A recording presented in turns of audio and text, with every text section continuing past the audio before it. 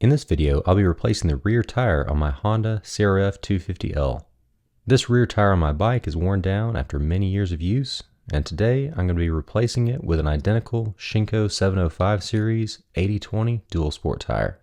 It's also best practice to replace the tube at the same time, and for that I'll be using this IRC heavy-duty motorcycle tube. The tools you need for this job are 12mm, 19mm, and 24mm wrenches, an optional 24mm socket, and torque wrench capable of 65 foot-pounds to set the correct torque for the rear axle nut, some tire irons, a valve core removal tool, and some tire bead lubricant or soap and water, and a rag for mounting the new tire, along with an air compressor for reinflating the new tire. Before getting started, lift the back tire off the ground by using either a motorcycle lift or setting it on something tall enough to rest the frame of the bike on. Let's get started by removing the rear axle by holding the axle bolt with a 19mm wrench and removing the 24mm axle nut. After taking off the nut and axle plate, support the rear tire and slide out the axle bolt. Take the chain off of the rear sprocket and remove the rear wheel. Take off each of the wheel collars and set them aside. Lay the tire down, preferably on a cloth or something to protect the sprocket or brake rotor. Remove the valve cap, and using the valve core removal tool, take out the valve core and allow the inner tube to fully deflate. Now take the 12mm wrench and remove the outer valve stem nut. Pinch the tire to break the bead from the rim, then use the tire irons to work your way around the tire to take off one side. As you start, make sure the opposite side is pushed down into the groove of the rim to give you the most slack on the opposite side. If you're worried about scratching the rim, there are rim protectors available that you can use to prevent the tire irons from leaving any marks. After you get started, it's fairly easy to get the rest of the bead off the rim. Now it's time to push the inner tube valve stem through the wheel and take the tube out from the inside of the tire. Flipping the wheel assembly over, use the tire irons to get the other bead started, then stand on the tire to pull the wheel the rest of the way out of the tire. Now that the old tire is off, take a minute to inspect the wheel for damage and the rim strip for correct placement in the center. Looking at the new tire, the tread pattern is directional for optimal traction, so check the sidewall for rotation information. The arrow for the rear tire mount should be paired with the correct side of the wheel assembly before mounting.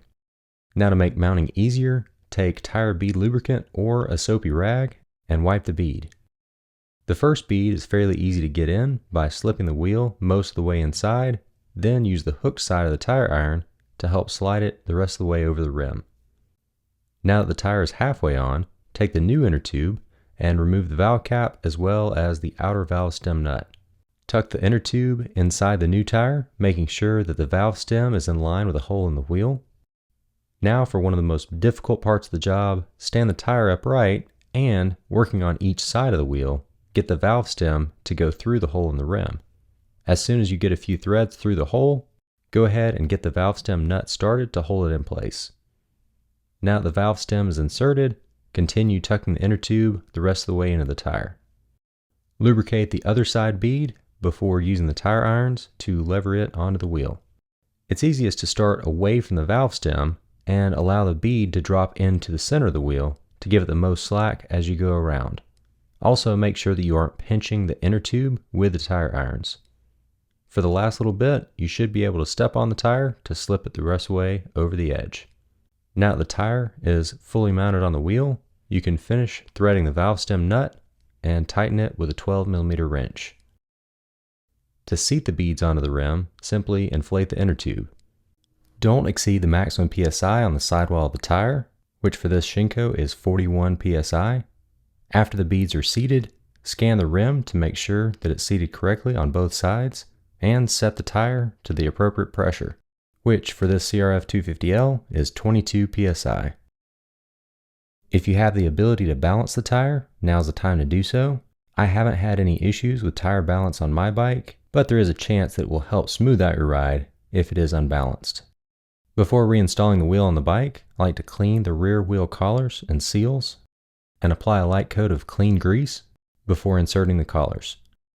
While holding the chain, lift the rear tire into position and place the chain on top of the rear sprocket.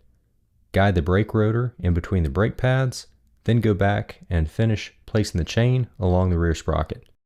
Insert the rear axle, making sure the single notch on the axle block is facing up towards the chain wear indicator before fully seating the axle.